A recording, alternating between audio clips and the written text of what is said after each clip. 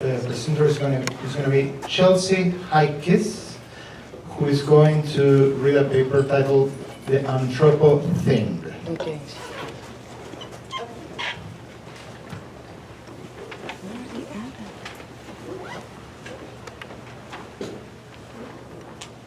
Hi. Okay, so this is just an excerpt of my MA thesis that goes on to extrapolate a lot more. But particularly in this chapter, I'm looking at the work by artist Oliver Eliasson. Okay, in December 2018, artist Oliver Eliasson hauled 30 icebergs from Greenland to London so that audiences could watch them melt. 24 outside the Tate Modern on the bank of the Thames, and 6 displayed outside Bloomberg's EU headquarters. This gesture was elaborated as an opportunity to reflect on the immediacy of climate change by experiencing icebergs actually melting.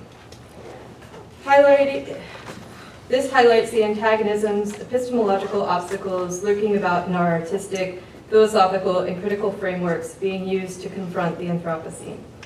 Having been described as many as an epistemological rupture, the Anthropocene fits Etienne Balibar's argument of such a break being a philosophical object. This object is constantly reworked, always between its elimination and reinforcement. While philosophy creates its own objects in order to perpetuate itself, art has the capacity to commodify these objects by fetishizing buzzwords until they become the quasi-empty signifier described by Jason W. Moore. Artworks such as Eliasson's Ice Watch reinforce the framework set up by structures of power rather than moving or even gesturing beyond them. Ice Watch puts nature to work. The iceberg is a phenomenon that was once a mere thing, having taken shape by itself, and has become at once both an object and a tool. It has been removed from its position of resting within itself, as it melts into the sea and becomes tasked with performing itself on a stage for human witnessing.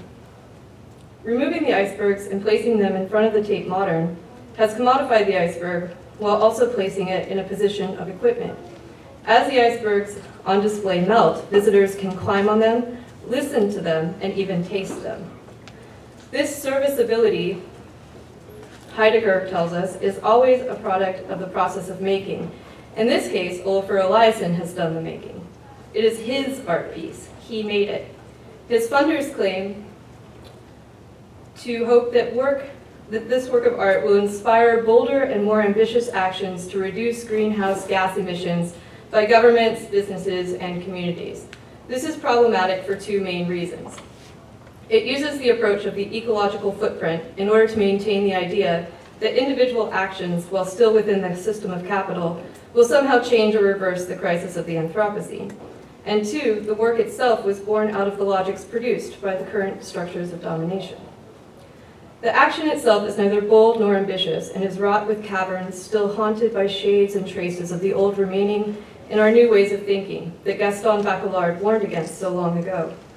The artist and his funders want us to believe that this gesture, regardless of its impact on non-human stakeholders involved, is somehow justified as a means to an end. They even go so far as to partner with an organization called Julie's Bicycle to quantify the ecological footprint of this piece so that we are not overly concerned about the possible damage being done. This logic attempts to sever human activity, particularly all things related to capital, with its entanglement within the web of life. Ice Watch was created by a wealthy white male artist and funded by wealthy white male-dominated institutions. The gesture itself, the removal and transport of sizable chunks of an iceberg, shows zero empathy for the human entities directly or indirectly involved. It is a gesture of domination, of human over the world, and, well, let's just face it, an odious display of power and wealth. While cloaked in language harmonious to neoliberal climate change rhetoric, insisting that climate change is created by society and therefore can be changed by society. It is not society, but the power structures of humanism and capitalism that have turned the ecosystem into a planetary apparatus of production. Critical post-humanism, as elaborated by Rosie Braidotti, offers a vitalist, materialist vision of a creolized human that no longer positions itself at the center and instead recognizes its interconnection between itself and all Earth others. And this post-anthropocentric turn The logics of capitalism that are fueled by domination no longer have a position, so as artists, we need to be gesturing towards and moving through new frameworks, not perpetuating old ones. In Towards a Posthumanist Methodology, Francesco Ferrando states that posthumanism may ultimately become a mode of existential inquiry to be applied to everyday life. When I contemplate the advantages and disadvantages of a proposed posthuman methodology, I do so while holding in mind that without pragmatic grounding and everyday solutions, it can easily slip into the simulacra of theory and art. My concern is historically grounded in a similar critique offered by Situationists International. As early as 1957, capitalism has the ability to incorporate and commodify dissent, so we must endeavor to embody the ethics of posthumanism as we encounter the Anthropocene. As an artist, I am curious about how one creates work which embodies the ethics of critical posthumanism, as well as how we begin to sketch or gesture towards new frameworks of art, making that arise from such ethics. I imagine that some of the answers lie in the problems that I find in Eliasson's piece. There is really no rhetoric swaying enough to justify this piece of art. It has been installed 3 times since 2014. 90 icebergs have actually been removed and transported in this ongoing series. We cannot actually rely on data from an ecological footprint to measure whether this work is justifiable. I don't believe it is even ethical to consider such measurement. Instead, our attention should be on the capitalogenic entanglements through which this piece arises.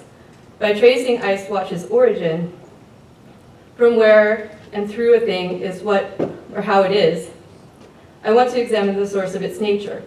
If works are naturally present as things, what thing is presencing in this work?